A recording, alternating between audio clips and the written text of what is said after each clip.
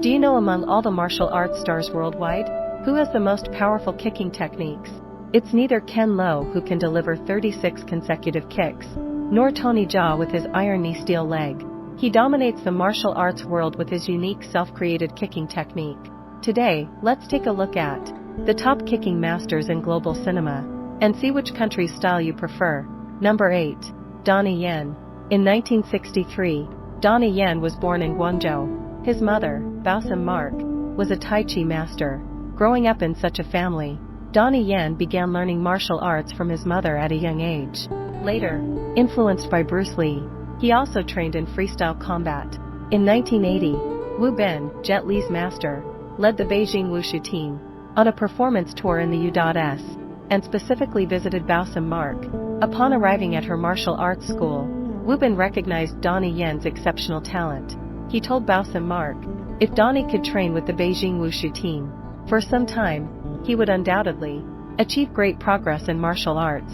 So in 1982, Donnie Yen's mother, Baosam Mark, sent him to the Beijing Wushu team. There, Donnie Yen learned authentic northern-style martial arts, and it was here that his waist and leg techniques were honed to perfection. Wu Ben once said in an interview that when Donnie first joined the team, he primarily trained in masculine-style martial arts, making his movements rigid.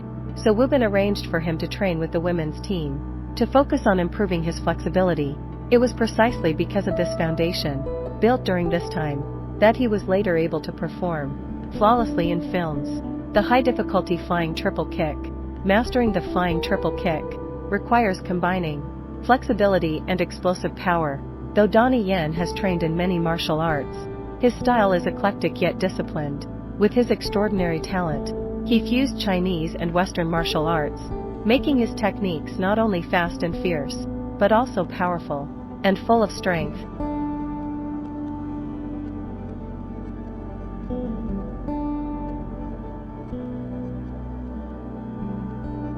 7th. Tony Jaa.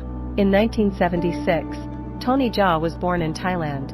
From a very young age, he loved watching kung fu films starring Bruce Lee and Jackie Chan. At that time, she was determined to become a martial arts star like them. When Tony Jaa was 11 years old, she began insisting that her father let her train in martial arts. Her father couldn't refuse her, so he allowed her to study under the famous Muay Thai coach, Pralat Jaa, as her master. She trained in authentic Muay Thai. Muay Thai places extremely strict demands on leg technique training. Muay Thai practitioners kick not only sandbags daily, but also tree trunks to toughen their legs. Though Tony Jaa initially learned martial arts primarily for filmmaking, she trained to professional fighting standards. At the time, she would practice daily on rubber trees, completed over 1,100 roundhouse kick training sessions. This laid a solid foundation for her future in martial arts films. Tony Jaa's leg techniques are truly one-of-a-kind in martial arts cinema. She can execute powerful and rapid aerial attacks, and perform 2 consecutive 360-degree spinning kicks. Her roundhouse kicks, front kicks, and spinning heel kicks are equally swift and fierce. Because Tony Jaa's leg techniques are highly combat effective, she often injured opponents during her early film appearances.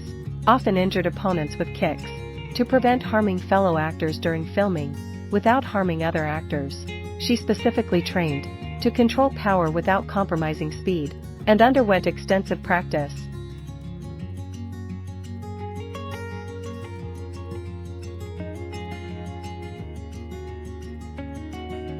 6th place.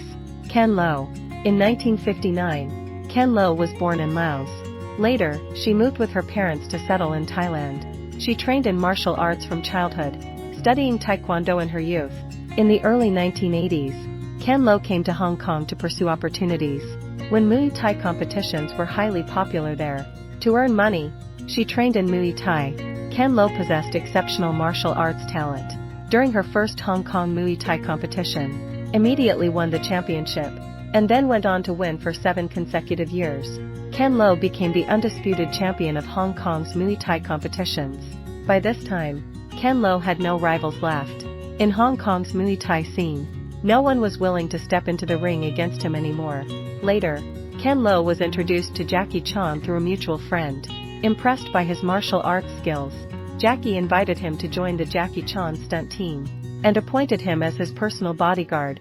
In 1994, while filming Crime Story 2, Jackie couldn't find a suitable villain to fight against him. Just when he was at his wit's end, he suddenly noticed Ken Lo standing nearby. He thought Ken Lo's appearance would be perfect for the main villain role, so Jackie called Ken Lo over and said to him, "If you can master the vertical splits within 1 week, I'll let you play the main villain in this movie." When Ken Lo heard Jackie offer him the villain role, he was overjoyed. From then on, every day after work, apart from eating and sleeping, he practiced the splits. Finally, within 7 days, he mastered the vertical splits. Jackie Chan also kept his promise and cast her as the main villain in this film. After the movie was released, Ken Lo gained some fame, but fewer and fewer directors approached her for roles. So why was that? The reason was her leg techniques were too powerful in real combat. Ken Lo mentioned in an interview that once during a fight scene shoot, she kicked and broke a tree with one strike. Though the tree wasn't thick, it still terrified the director. The director told her, "Your kicks are way too strong. If you hit another actor, they'd definitely get injured." After this incident, fewer directors sought Ken Lo for action roles.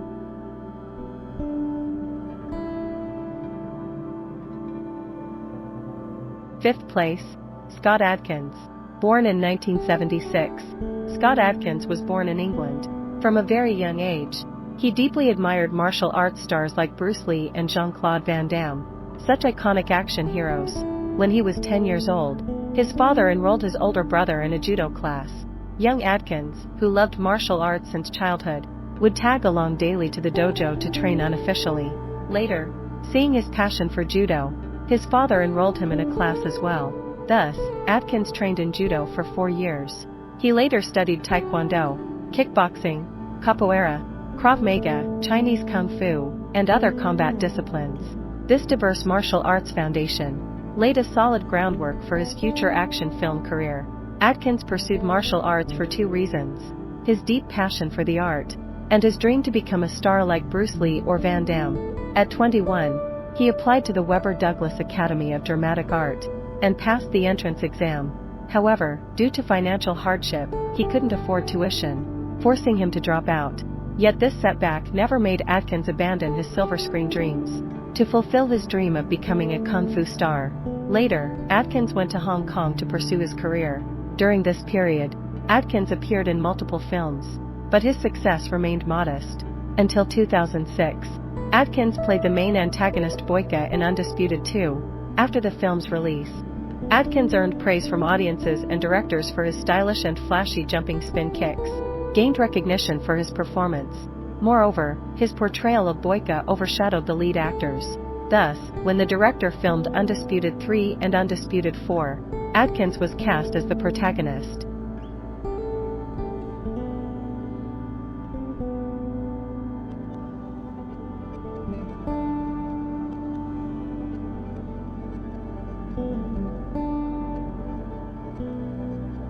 Fourth, Jean-Claude Van Damme. In 1960, Jean-Claude Van Damme was born in Belgium. As a child, he was frail and often sickly, but after watching Bruce Lee's films, he developed a strong passion for martial arts, so he approached his father and expressed his desire to learn martial arts. After hearing his wish, his father decided to let him train, as it would help strengthen his body. Jean-Claude Van Damme initially trained in Japanese karate. Later, he also studied taekwondo and Muay Thai. Jean-Claude Van Damme had exceptional martial arts talent. At the age of 11, he joined the National Karate Center. There, he trained for 4 years. He then began competing in various karate tournaments. By the age of 19, he had already won the European Karate Championship. At 20 years old, he defeated the world's second-ranked karate master at the time, and became the middleweight champion of the European Professional Karate Association. Afterward, Jean-Claude Van Damme opened a gym, which became highly successful. However, having idolized Bruce Lee since childhood, he also dreamed of becoming an actor. He aspired to be a martial arts superstar like Bruce Lee.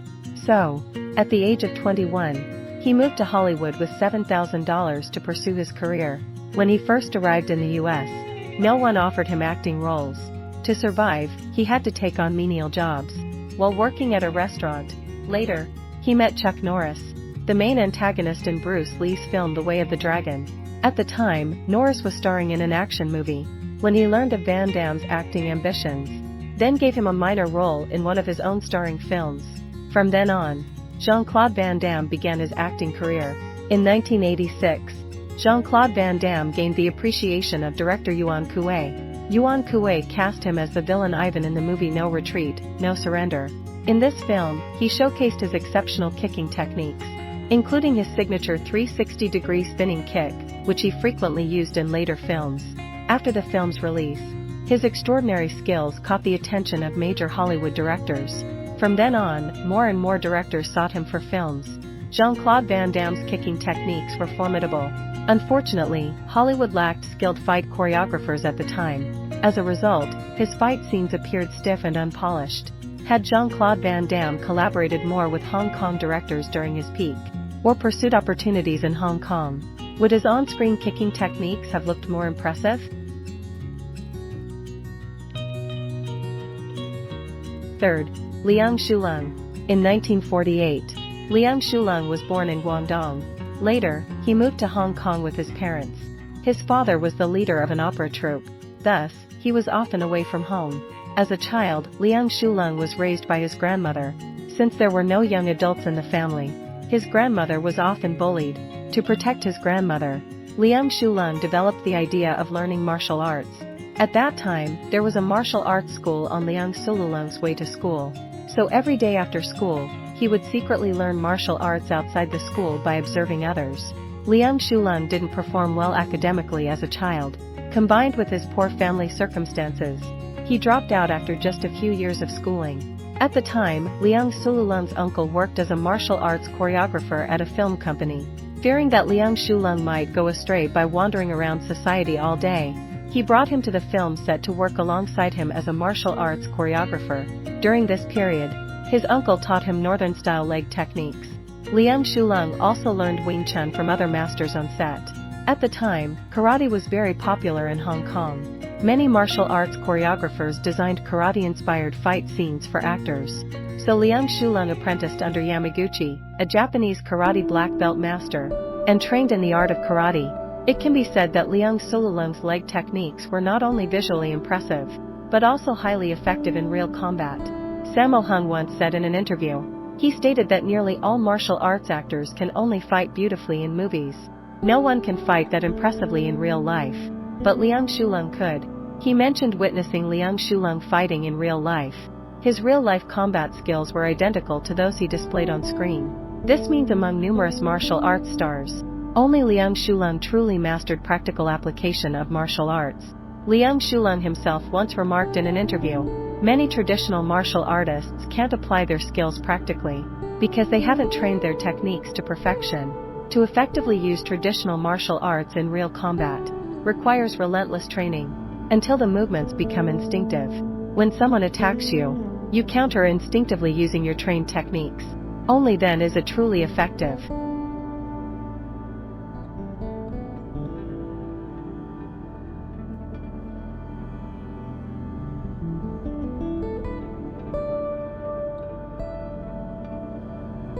Second, Wang Jiangli. Born in Korea in 1940, he began studying martial arts as a child. A master ranked 6th Dan in Hapkido and 7th Dan in Taekwondo. His specialty was leg techniques. His kicks were not only lightning fast, but also technically sophisticated. He particularly excelled at using his left leg, earning him the title King of Left Leg Attacks. Speaking of Wang Jiangli, we must mention the behind-the-scenes stories with Liang Shulung and Bruce Lee during film shoots. Liang Shulung once said in a live stream, when he was acting in the movie Hapkido, he heard the crew had invited a Hapkido master as the lead actor. That person was Wang Jiangli. At the time, Liang hadn't practiced Hapkido before, only hearing how formidable this martial art was. Plus, the movie itself was titled Hapkido, so he wanted to see firsthand how powerful it really was. So he proactively sought out Wang Jiangli and challenged him to a friendly spar. Wang Jiangli didn't refuse Liang Shulung's invitation either. After all, they were both young men, and both possessed genuine martial arts skills. Each wanted to test how formidable the other's skills were. In their first duel, Liang Shulung lost. At the time, Liang believed victory and defeat were common for martial artists. After all, he wasn't familiar with this particular style. Later, he made a point to study this martial art. Then he challenged Huang Zhangli again. But once more, he lost. This time, Liang admitted defeat wholeheartedly. He knew he was outmatched. After being defeated, Liang sought out his good friend Bruce Lee. He told him about his loss. At the time, Bruce was preparing to film The Way of the Dragon, and he was struggling to find an actor who could convincingly play the refined yet formidable master. Hearing about such an extraordinary fighter instantly piqued his interest. So he immediately invited Huang Zhangli to play the composed martial arts master in his film. But after reading the script, Huang didn't immediately accept Bruce's offer, because it depicted him being effortlessly defeated by Bruce Lee. Huang Zhangli felt Bruce Lee looked down on his martial arts skills. So he made a demand. He wanted to challenge Bruce Lee to a match. If Bruce Lee could defeat him in real life, he would agree to star in the film. Bruce Lee accepted his challenge. Later, the two found a secluded spot in the outskirts for a controlled sparring session. In just a few rounds, Bruce Lee knocked Huang Zhangli to the ground. Huang kept his promise and appeared in the movie. Later, Huang Zhangli said in an interview that he disliked working with Bruce Lee. He preferred collaborating with Jackie Chan.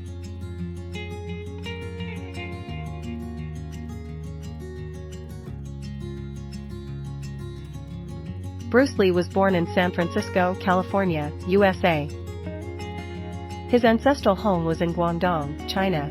Bruce Lee was born into a martial arts family.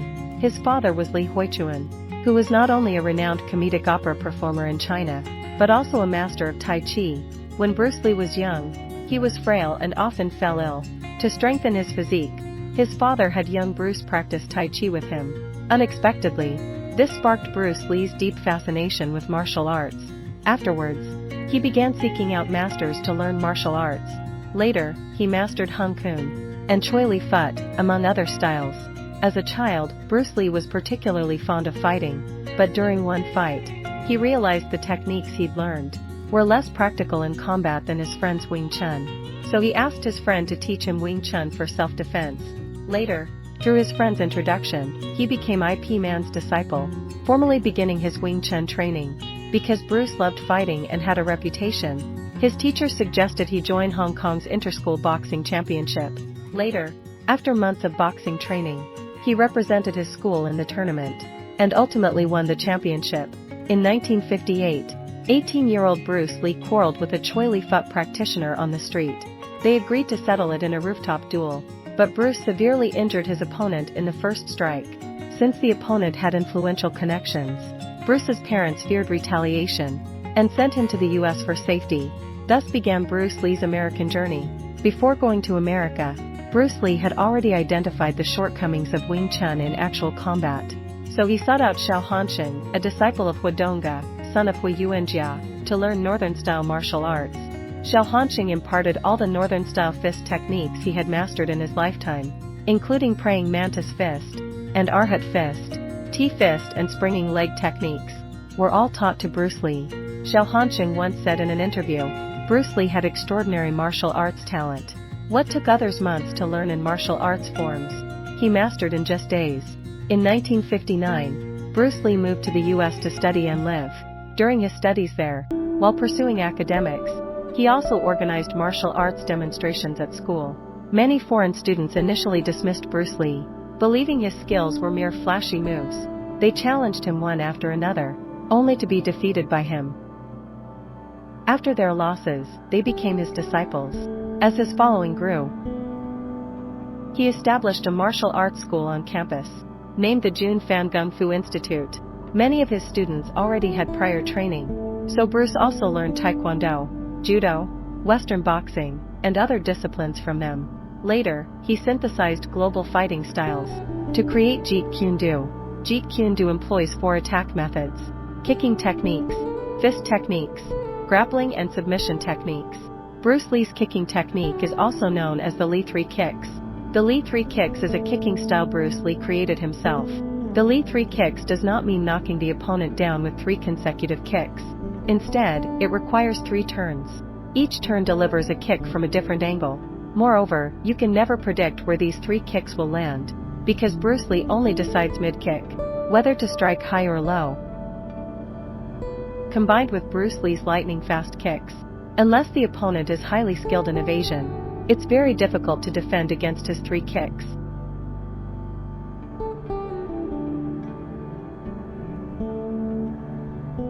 Which country's leg technique master is your favorite? Feel free to share in the comments section. That concludes today's episode. See you next time.